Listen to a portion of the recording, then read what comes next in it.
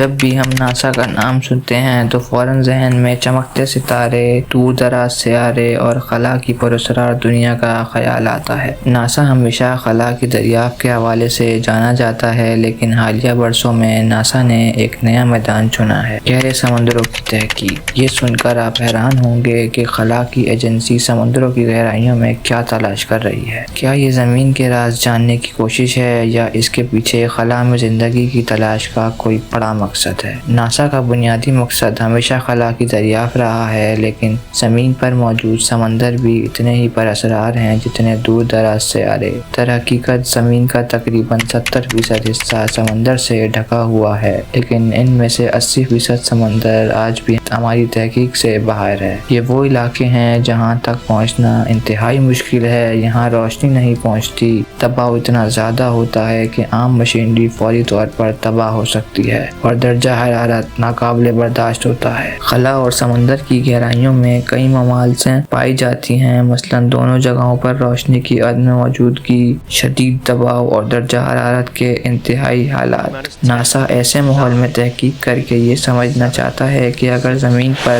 ایسے سخت حالات میں زندگی ممکن ہے تو کیا خلا میں بھی ایسے ہی حالات میں زندگی کی موجودگی ممکن ہو سکتی ہے۔ سائنسدانوں کا ماننا ہے کہ زمین پر زندگی کی ابتدا سمندری گہرائیوں میں ہوئی تھی، خاص طور پر گرم پانی کے چشموں کے قریب۔ ناسا ان چشموں کا مطالعہ کر کے یہ جاننا چاہتا ہے کہ زندگی کن حالات میں پیدا ہو سکتی ہے اور کیا خلا میں بھی کس سیارے یا چاند پر ایسے ہی حالات موجود ہیں۔ سمندر زمین کے ماحولیاتی نظام میں اہم کردار ادا کرتے ہیں۔ ناسا کی تحقیق کا ایک مقصد یہ بھی ہے کہ سمندری درجہ حرارت، گہرائیوں میں موجود مخلوقات اور زیر زمین ساخت کو سمجھ کر ماحولیاتی تبدیلیوں کی پیشگوئی کی جا سکے۔ ناسا جدید ٹیکنالوجی کے ذریعے سمندری گہرائیوں تک رسائی حاصل کر رہا ہے۔ اس تحقیق کے لیے ناسا نے کئی مشینیں اور خودکار روبوٹ آبدوزیں تیار کی ہیں جو انتہائی گہرائی تک جا سکتی ہیں اور وہاں سے ڈیٹا جمع کر سکتی ہیں۔ ریموٹلی آپریٹو وہیکلز،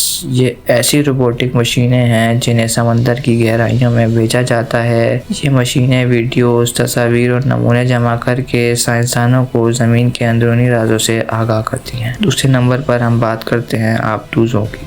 ناسا نے خاص قسم کی آبدوزیں تیار کی ہیں جو سمندر کے انتہائی گہرے حصوں میں جا کر تحقیق کرتی ہیں۔ یہ آبدوزیں دباؤ برداشت کرنے کی صلاحیت رکھتی ہیں اور روشنی کی عدم موجودگی میں کام کرنے کے لیے جدید سینسر سے لیس ہیں۔ ناسا نے سمندری تحقیق کے دوران کئی اہم دریافت کی ہیں، جن میں کچھ یہ ہیں: ہائپوتھرمل وینٹس، سمندر کی تہہ میں موجود یہ گرم پانی کے چشمے انتہائی اہمیت کے حامل ہیں۔ ان چشموں کے ارد گرد ایسی مخلوقات پائی جاتی ہیں جو روشنی کے بغیر زندہ رہتی ہیں۔ ناسا کے سائنسدانوں کا کہنا ہے کہ اگر زمین پر ایسے حالات میں زندگی ممکن ہے تو شاید خلا میں بھی ایسے حالات میں زندگی موجود ہو سکتی ہے۔